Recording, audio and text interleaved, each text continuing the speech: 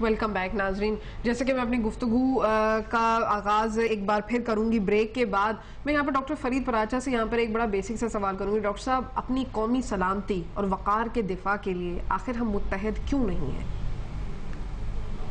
بسم اللہ الرحمن الرحیم. یہ بڑا اہم موضوع ہے اور میں آپ کا شکر گزار ہوں, خاص طور پر 10 محرم الحرام کے حوالے سے اور سال ہجری کے حوالے سے اس وقت جس جذبے کی ضرورت ہے, جس اتحاد کی ضرورت ہے, یگانگت کی ضرورت ہے, اور خاص طور پر اس تناظر کے اندر کہ آج ہمارے اوپر ایک حملہ کر دیا گیا ہے اور ہم حالت جنگ کے اندر ہیں, اور دنیا کی ایک جارح قوت نے اس جارحیت کا ہماری طرف بھی اس کو آگے بڑھا دیا ہے. اس لیے اس وقت اس بات کی ضرورت ہے کہ ایک تو ہم اس تمام جذبے کو جو قرآن اور سنت سے ملتا ہے, جو نبی کریم صلی اللہ علیہ وسلم کی حیات مبارکہ سے ہمیں ملتا ہے, جو شہدائے بدر و احد سے ملتا ہے, اور جو امام عالی مقام سے ملتا ہے, اس کے ذریعے سے ہم یہ بات اپنے حکومت اور حکمرانوں پہ بھی واضح کر دیں کہ جنگیں اسلحے کی بنیاد پہ نہیں جیتی جاتی, اور یہ جو دنیا یہ جو خائف کرنے کی ایک کوشش ہے کہ امریکہ بڑی طاقت ہے, وہ سب اکٹھے ہو گئے ہیں, تو یہ بات قرآن اور سنت سے واضح ہے کہ دنیا کی سب سے بڑی طاقت تو اللہ رب العالمین کی ہے. وسع کرسیہ السماوات والارض, جس کے اقتدار نے زمین و آسمان کو گھیرا ہے. اور پھر اس کے بعد یہ کہ کم من فئۃ قلیلۃ غلبت فئۃ کثیرۃ باذن اللہ, کتنے ہی چھوٹے گروہ بڑے گروہوں پہ غالب آتے رہے ہیں. تو یہ بزدلی کا راستہ ہمارے حکمران چھوڑ دیں, یہ منافقت کا اور جھوٹ کا اور اپنی قوم سے جھوٹ بولنے کا یہ راستہ چھوڑ دیں, اور اگر ایک جرأت مندانہ اب ایک راستہ اختیار کیا ہے تو اس پہ آگے بڑھے. قوم ساتھ دے گی, قوم نے کبھی کمی نہیں کی, دہشت کے اندر بھی قوم ساتھ دی. ڈاکٹر صاحب ڈیفینیٹلی قوم تو ساتھ دے گی, قوم بالکل ساتھ کھڑی ہے, لیکن یہاں پر سوال یہی ہے کہ کیا ہم اہلیت رکھتے ہیں, کیا ہمارے پاس وہ سول حکومت کی طاقت اور اتحاد موجود ہے, کیا ہمارے پاس فوجی اسٹیبلشمنٹ جو ہے اس کے اندر وہ پاور ہے کہ وہ اتنے بڑے سپر پاور کو کے سامنے کھڑے ہو جائیں اور یہ کہیں, مطلب یہ اس کے لیے تو پورا ایک سسٹم ان پلیس. صوفیہ, اس کی اہم بات یہ ہوتی ہے کہ کیا آپ کا جذبہ کیا ہے. دنیا کے اندر یہ چیزیں دوسرے نمبر پہ ہوتی ہے. افغانستان کے پاس کون سی چیز موجود تھی؟ وہاں پر جو مجاہدین لڑ رہے تھے ان کے پاس تو نہ طیارے ہیں, نہ ٹینک ہیں, نہ اینٹی ایئر کرافٹ گن ہے, لیکن 40 ممالک کی فوجیں ان کے سامنے بے بس ہیں. ہم تو ایک ایٹمی قوت ہے. میں یہ نہیں کہتا کہ ہمیں فوری جنگ کر دینی چاہیے, لیکن جو جنگ سے ڈرتے ہیں جنگیں ان پہ آتی ہیں, اور جو جنگوں کے لیے تیار ہوتے ہیں ان کے مقابلے میں کبھی جو ہے وہ جارحیت نہیں ہوتی.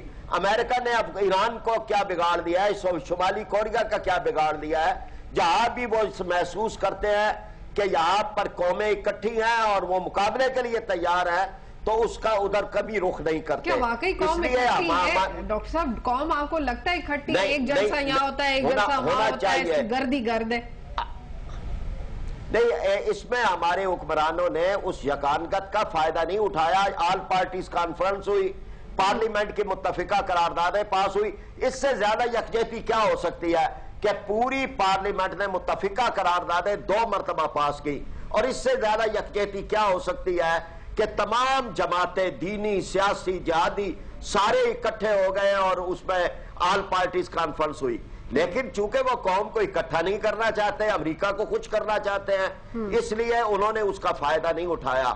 اب جبکہ ایک ہم تھوڑا سا یو ٹرن لے رہے ہیں, تو اس وقت ضرورت ہے کہ قوم کو اکٹھا کیا جائے, اور قوم کو اکٹھا کرنے کے لیے یہ بات ضروری ہے کہ آپ قوم سے جھوٹ بولنا ختم کر دیں, اور قوم کو یہ اعتماد ہو کہ ہمارے حکمران ہمارے ہیں, ہمارے دشمنوں کے نہیں ہیں.